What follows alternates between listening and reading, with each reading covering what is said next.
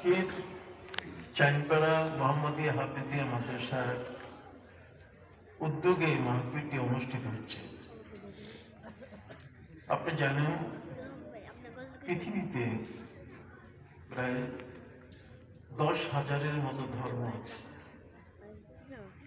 ইসলাম ছাড়া অন্য কোনো ধর্মের এই ধরনের মাহফিলের কোনো আয়োজন নাই। এভাবে হাজার হাজার মানুষ পিন ড্রপ সাইলেন্ট, কোন রকম কথাবার্তা ছাড়াই নীরব হয়ে এত লম্বা সময় বসে বসে তারা কোরআন হাদিসের কথা শুনেন, আল্লাহর নির্দেশনা বলি, তার আদেশ নিষেধ এবং প্রিয় নবী ইসলামের হাদিসগুলো তার প্রেমিক হয়ে নিরবচ্ছিন্ন সময়ে আপনারা বিরামহীনভাবে শুনতে আছেন। এই যে একটি মজলিস কায়েম হয়েছে, পৃথিবীর কোথাও এমন মজলিস অন্য কোনো ধর্মের কোথাও নাই। পৃথিবীর মধ্যে সবচেয়ে বড় পঠিত ধর্মগ্রন্থ যেটা সবচেয়ে বেশি পাঠ করা হয়, সেটির নাম হচ্ছে আল কোরআন।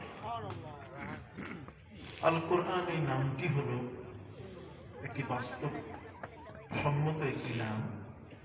আল কোরআন শব্দের অর্থ হচ্ছে নিত্য পঠিতব্য, যেটি প্রতিটি মুহূর্তে পাঠ হচ্ছে, কোন একটি সেকেন্ডের জন্য যার তেলাওয়াত বন্ধ হচ্ছে না। আমাদের এখানে যখন মাগরিবের নামাজ হয়, ইমাম তেলাওয়াত করেন, ঠিক এর পরপরই আরেকটি জায়গায় একইভাবে তেলাওয়াত হচ্ছে, নামাজ হচ্ছে। একটি ঘূর্ণয়মান অবস্থায় সারা পৃথিবীতে প্রতিটি মুহূর্তে কোনো না কোনো মসজিদে কোনো না কোনো ইমাম তার মুক্তাদিরকে নিয়ে এই তেলাওয়াতকে অব্যাহত রেখেছেন। অতএব কোরআন শব্দের অর্থ হচ্ছে নিত্য পঠ্য একখানা কিতাব, যেটি প্রতিটি মুহূর্তে তার তেলাওয়াত অবিরাম চলছে, কোনো মুহূর্তে তার তেলাওয়াত বন্ধ হচ্ছে না। অথচ সম্মানিত সুধী, পৃথিবীতে আর যতগুলো ধর্মগ্রন্থ আছে তার মধ্যে আমাদের বাইবেলের কথা বলতে পারি, তাওরাতের কথা বলতে পারি, নিউ টেস্টামেন্ট, ওল্ড টেস্টামেন্ট, জিন্দাবেস্তা, পৃথিবীর মধ্যে শ্রী ভগবত গীতা, অথর্ব বেদ, বেদ, রামায়ণ, পুরাণ, বহু কিছু আছে। কিন্তু এই সমস্ত ধর্মগ্রন্থের পাঠকের সংখ্যা নিতান্তই কম। আমি আমেরিকা, ইউরোপ সফর করে দেখেছি যে তাদের ধর্মগ্রন্থগুলো পাঠ করার মানুষ নাই। তাদের গির্জার অভাব নেই। তাদের একটা রিলিজিয়াস সিটি হচ্ছে বাফেলো, আমেরিকার নিউ ইয়র্কের একটি বড় শহর, যেটাতে প্রতি 500 গজ পর পর এক একটা করে গির্জা পাওয়া যাবে। কিন্তু সেই গির্জাগুলোতে এখন আর খ্রিস্টানরা আসে না, পাদ্রী নেই। গির্জাগুলো এখন দস্তুর মতো বিক্রি হচ্ছে এবং আমাদের ইসলাম ধর্মের মুসলমান যারা, তারা আমেরিকা এবং ইউরোপের সেই গির্জাগুলো যে কোনো মূল্যে হোক তারা সেটাকে খরিদ করে নিয়ে তারা সেখানে মসজিদ বানাচ্ছে। এটি আল্লামা ইকবালের একটি ভবিষ্যৎবাণী ছিল। আল্লামা ইকবাল তিনি বলেছিলেন, মাগরিব কি ওয়াদিयों में गूंजे अज़ा हमारी, मगरिब की वादियों में गूंजे अज़ा हमारी, थमता ना था सैले रवा हमारा। উনি বলছেন পশ্চিমা জগতে সেখানে আমাদের আজানের ধ্বনি উত্তীলিত হচ্ছে, যেটি একটি প্রবাহমান সমুদ্রগামী স্রোতের মতো, যে স্রোতটা কখনো কেউ বন্ধ করতে পারবে না। মাগরিব মানে পশ্চিমা জগৎ, वेस्टर्न कंट्री, मगरिब की वादियों में गूंजी अजान हमारी। गूंजी शब्द अर्थ হচ্ছে উদ্বেলিত হওয়া, আর আজান তো আজান, থামতা না থা, এটা থামে না। সাইলে রাওয়া হামারা, সাইল শব্দের অর্থ স্রোত, রাওয়া শব্দের অর্থ হচ্ছে গতি, স্রোতের গতি কি থামে না। আবার পড়ি, ভালো লাগবে। मगरिब की वादियों में गूंजे अज़ा हमारी, थमता ना था सैले रवा हमारा। আজান যেখানে উচ্চারিত হয় সেখানে আর জিহাদ চলে না। যে অঞ্চলে, যে দেশে আজানের ব্যবস্থা আছে সে অঞ্চল এবং দেশে কি চলে না? জিহাদ চলে না।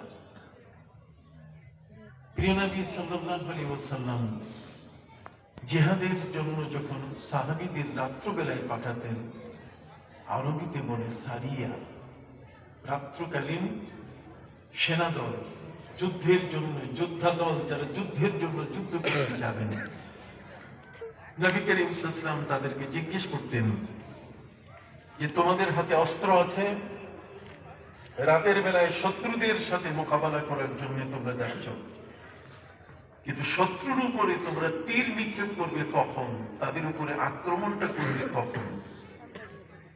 এটি প্রিয় নবী সাল্লাল্লাহু আলাইহি ওয়াসাল্লামের প্রতিটি রাত্রবেলায় কোন যোদ্ধা দলকে যুদ্ধের জন্য প্রেরণকালে তিনি প্রশ্নটি জিজ্ঞেস করতেন। আপনি কি বুঝতে পারছেন? রাতের বেলায় যুদ্ধের কোন দল পাঠাতে গেলে প্রিয় নবী সাল্লাল্লাহু আলাইহি ওয়াসাল্লাম জিজ্ঞেস করতেন যে তোমরা যুদ্ধ শুরু করবে কখন তোমাদের শত্রুদের সাথে।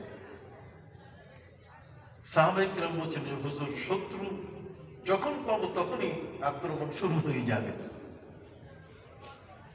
প্রিয় নবী সাল্লাল্লাহু আলাইহি ওয়াসাল্লাম বললেন, শোনো, আমাদের কোরআন তোমাদেরকে এই ধরনের কোন যুদ্ধ শেখায় নাই। পবিত্র কোরআন মাজিদে আল্লাহ তাআলা যুদ্ধের একটি নীতিমালা ঘোষণা করেছেন। আমরা প্রায় পড়ি, এটা শুনি, কিন্তু যে যুদ্ধের নীতিমালা আছে এই জিনিসটা আমরা কখনো অনেক সময় উপলব্ধি করি না। পবিত্র কোরআন মাজিদে আল্লাহ পাক রব্বুল আলামিন বলেন, ওয়াল-আদিয়াতি দবহান ফাল-মুরিয়াতি কদহা ফাল-মুগীরাতি সুবহা। আল্লাহ বলছেন, যখন ঘোড়াগুলো উচ্চ শ্বাস দিয়ে যখন দৌড়ায়, তারপরে যুদ্ধের ঘোড়ার পিঠের উপরে যখন যোদ্ধা বসে লাগাম খোঁজ মারে, তখন সেই ঘোড়াগুলো উচ্ছ্বাস নিয়ে যুদ্ধের মাঠের দিকে দৌড়ায়। আপনি জানেন, আমাদের দেশে সদরঘাট থেকে গুলিস্তান পর্যন্ত টমটম গাড়ি আছে, ঘোড়ার গাড়ি। এই গাড়িগুলোর যে ঘোড়াগুলো টানে, সে ঘোড়াগুলোর পায়ের খুরার নিচে লোহা থাকে। কথা বলে না, কি থাকে? লোহার বেড়ি। এই লোহার বেড়িটা, এটা যখন ক্ষয় হয়ে যায় তখন আবার পায়ের থেকে খুলে নতুন করে বেড়ি লাগানো হয়, যাতে ঘোড়ার পাটা এই পিচ ঢালা রাস্তার উপরে চলতে চলতে যেন ক্ষয় হয়ে না যায়। পবিত্র কোরআন বলছে, ওয়াল-আদিয়াতি দবহান। আমরা পড়ি না সূরা আদিয়াত? সূরা আদিয়াতের মধ্যে আল্লাহ বলেন, ওয়াল-আদিয়াতি দবহান। যুদ্ধের ঘোড়াগুলো যখন উচ্ছ্বাসে দৌড়ায় যুদ্ধের ময়দানে, ফাল-মুরিয়াতি কদহান। আর তখন তাদের পায়ের খোরাগুলো মাটির মধ্যে তীব্র গতির কারণে, জোরে চলার কারণে ওই খোরাগুলো মাটির সাথে লাগার সাথে সাথে আগুন জ্বলে উঠে। সুবহানাল্লাহ বলেন।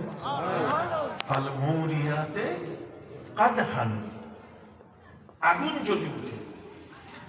ফাল-মুগীরাতি সুবহা, এবং তারা যুদ্ধে উপনীত হয় সকাল বেলায়। কোন সময়? সকাল বেলায়। এই সূরাটার মধ্যে যুদ্ধের নীতিমালা বর্ণনা করা হয়েছে।